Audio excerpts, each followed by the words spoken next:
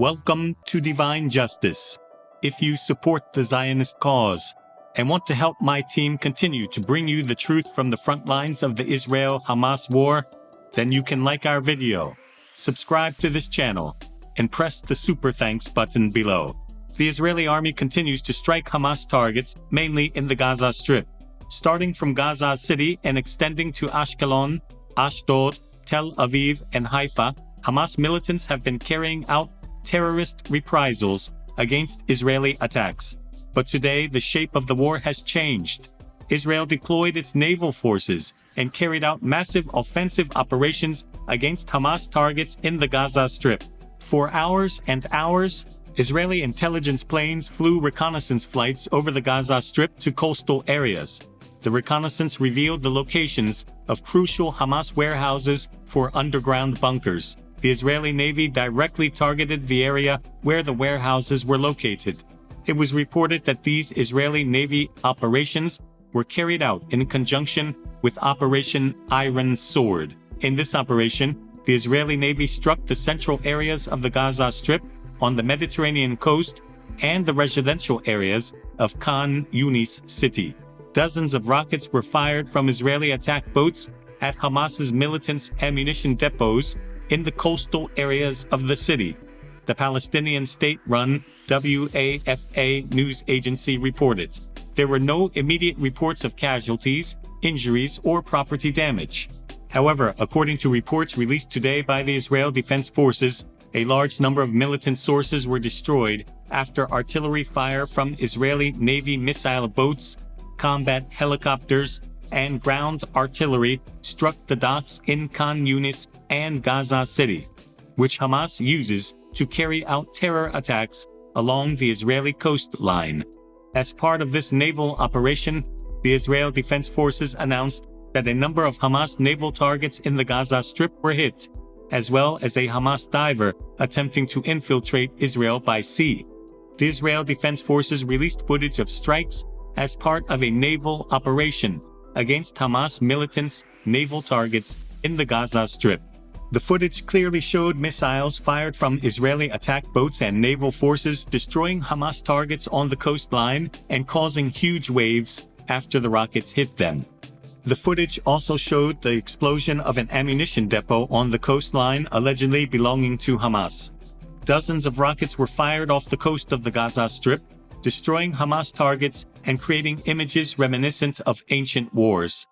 These naval operations set the stage for Israel's ground offensive against Gaza.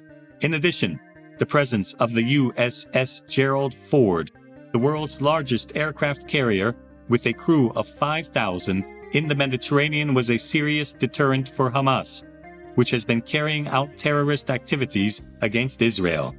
And now, in addition to the USS Gerald Ford, another U.S. ship is on its way to the area, supporting Israel in its naval offensive operations in the Gaza Strip.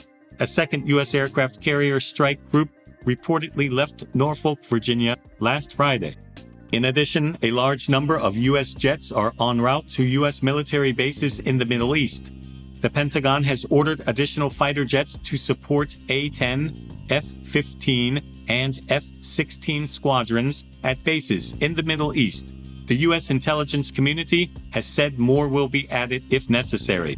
Air Force Secretary Frank Kendall told an Atlantic Council event that the service is directing units that are about to return home to remain in place, along with their replacements.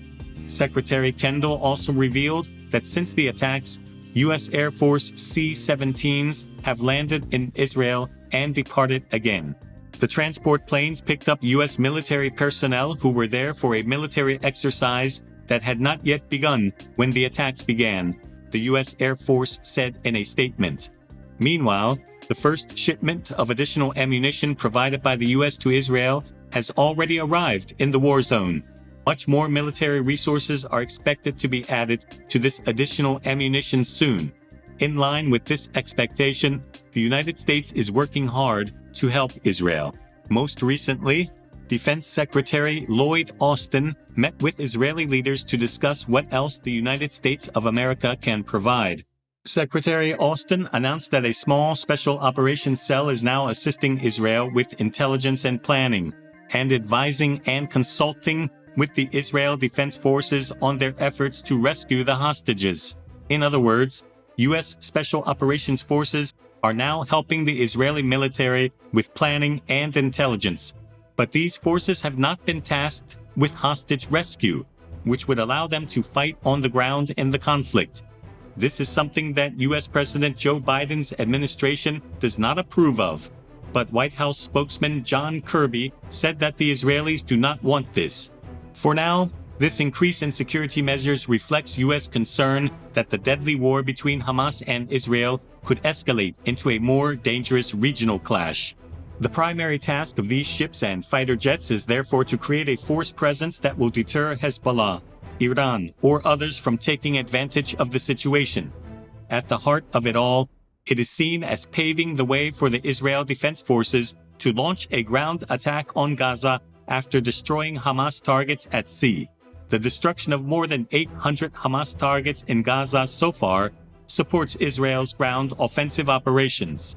It is known that Israeli Merkava tanks are currently waiting to enter Gaza.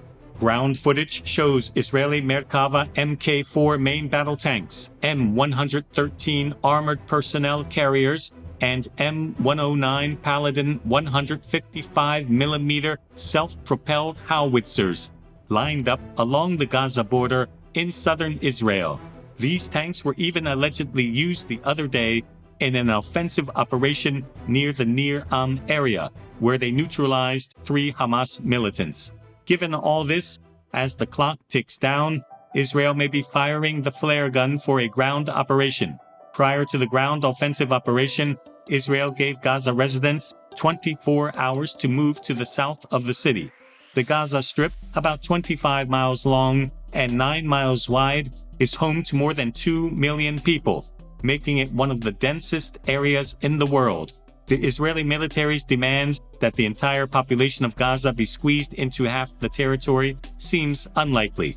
The United Nations agrees with this assessment, noting that Tel Aviv's demand is unlikely to be realized in such a short time. Nevertheless, Israeli fighter jets have launched leaflets over Gaza, calling on residents to leave the city. Even now, thousands of Gaza residents are trying to reach the southern part of the city by car and on foot. Israel has already announced that Gaza City will not be supplied with electricity and water until Monday, and that humanitarian aid will only reach the city on Tuesday. During this time, it is thought that Israel's attacks on Hamas militants in Gaza will intensify. Hamas, on the other hand, claimed that Israel's calls to Gaza residents were baseless propaganda, and that there was nothing to worry about. The critical point here is that the Israeli Defense Ministry believes that Hamas will use the residents of Gaza as a shield to protect themselves. While all these possibilities continue to raise concerns, the heavy costs of this violent war in the Middle East are also coming to light.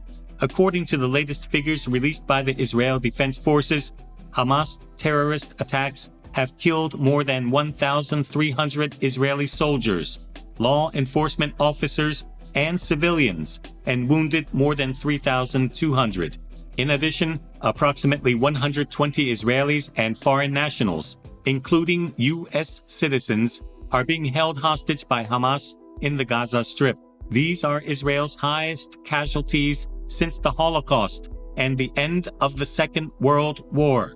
But given the Israeli government's preparations, it is clear that its army will take this war to the end and will try to inflict such a heavy blow on Hamas that the terrorist organization, which has the direct and indirect support of Iran and Qatar, will not be able to succeed. Thank you for following us. You can like our channel and hit the super thanks button below.